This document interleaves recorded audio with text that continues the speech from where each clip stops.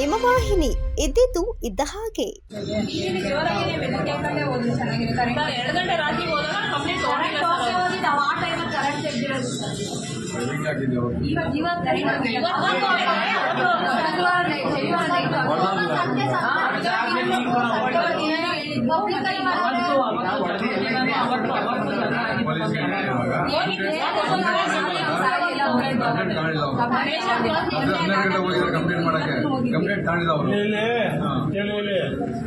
ಇಲ್ಲಿ ಗಂಗಾಪರಮೇಶ್ವರಿ ಅಂತ 3 ದಿವಸ ಹಬ್ಬ ಉಂಟು.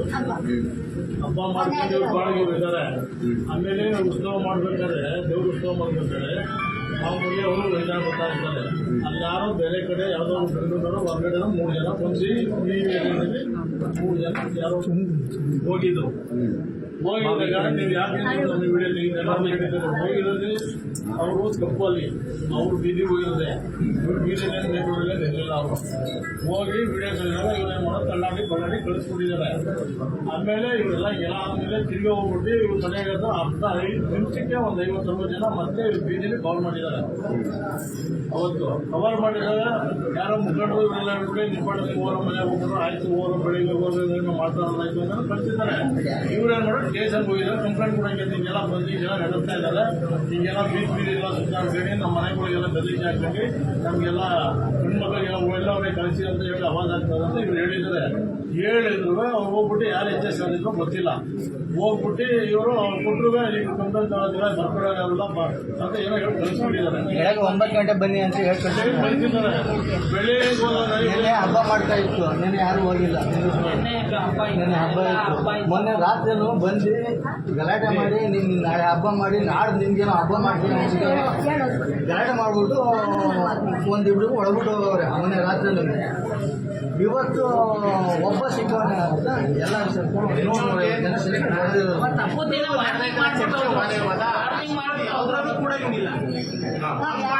ಕೆಲಸ ಆಯ್ತು, ಮನೆ ಆಯ್ತು ಅಂತ ಇದ್ದಾರೆ. ಮುಂದೆ ಅವರು ಕೂಡ ಇಲ್ಲ. ಏನ್ ವಿಚಾರ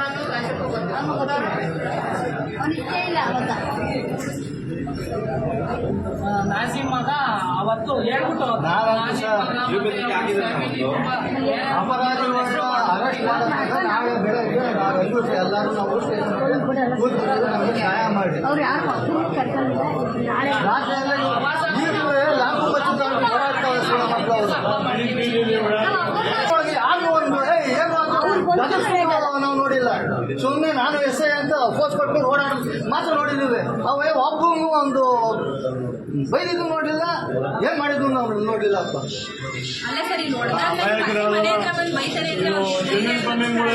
ಗಲಾಟೆ ಮಾಡಿದಾಗ ಅವ್ರದ್ದು ಏನಿಲ್ಲ, ಅವ್ರದ್ದು ಮತ್ತೆ ಜವಾಬ್ದಾರಿ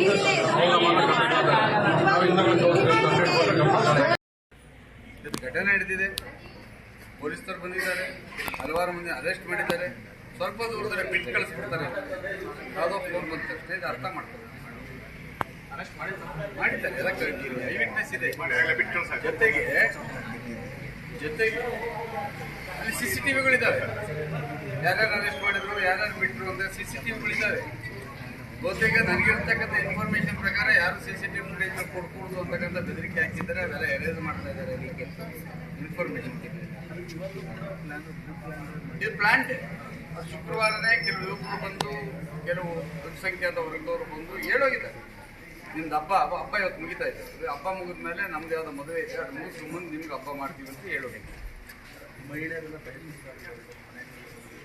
ಬೆಳ್ಳೂರು ಟೌನ್ ಇವತ್ತು ನಡಗೋಗಿದೆ. ಒಬ್ಬ ಯುವಕನ ಸುಮಾರು 100-150 ಜನ ಅಟ್ಯಾಕ್ ಮಾಡ್ತಾರೆ ಅಂತ ಧೈರ್ಯ ಇರುತ್ತೆ. ಇದಾಗಬಾರ್ದು. ಅದೆಲ್ಲ ಸಮಾಜದವರು ಕೈ ಮುಗಿದು ಕೇಳ್ಕೊಳ್ತೀನಿ, ಶಾಂತಿಯುತವಾಗಿರ್ತೀವಿ. ಕಾನೂನ ಕೈ ಯಾರು ತಗೋಬಾರ್ದು.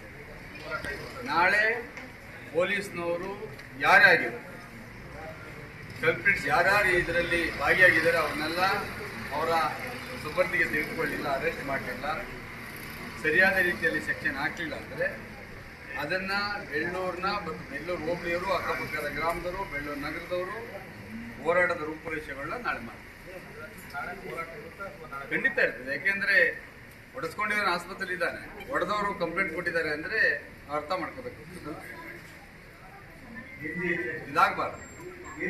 ಇದು ಈ ರಾಜ್ಯದಲ್ಲಿ ಎಲ್ಲೋ ಒಂದು ಕಡೆ ಒಂದು ರೀತಿಯ ಓಲೈಕೆ ರಾಜಕಾರಣ ಮಾಡಕ್ಕೆ ಹೋಗಿ ಕೆಲವು ವರ್ಗದವ್ರನ್ನ ನಿರ್ಲಕ್ಷ್ಯ ಮಾಡ್ತಕ್ಕಂಥದ್ದು, ರಕ್ಷಣೆ ಇಲ್ಲದೆ ಇರ್ತಕ್ಕಂಥದ್ದು ಕಾಣಿಸ್ತಾ ಇದೆ. ಇಲ್ಲಿ ಎಲ್ಲ ಕಡೆ ನೋಡ್ತಾ ಇದ್ದೀನಿ ಅವತ್ತು.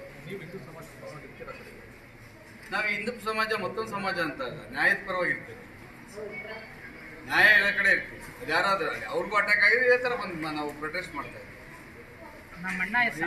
ಕಾರ್ಯಕರ್ತ ಅಂತಾನೆ ಈ ತರ ಮಾಡಿರೋದು. ನಾವು ಅವ್ರಿಗೆಲ್ಲ ಅವಾಗಲೇ ಬಂದು ಧೈರ್ಯ ಹೇಳಿದ್ದೇವೆ, ಧೈರ್ಯವಾಗಿ ನಾವೆಲ್ಲ ಇದ್ದೇವೆ ಅಂತಕ್ಕಂಥ ಮಾತನ್ನು ಹೇಳಿದ್ದೇವೆ. ನಾಳೆ ಪೊಲೀಸ್ ಇಲಾಖೆ ಯಾವ ರೀತಿ ಕ್ರಮವನ್ನು ತೆಗೆದುಕೊಳ್ಳೋ ಅದರ ಮೇಲೆ ನಮ್ಮ ಹೋರಾಟ ನಿರ್ಧಾರ ಆಗ್ತದೆ. ಸುದ್ದಿ 3 ವಾಹಿನಿಯ ಹೆಚ್ಚಿನ ಮಾಹಿತಿಗಾಗಿ ಸಬ್ಸ್ಕ್ರೈಬ್ ಆಗಿ ಹಾಗೂ ಬೆಲ್ ಬಟನ್ ಒತ್ತಿ.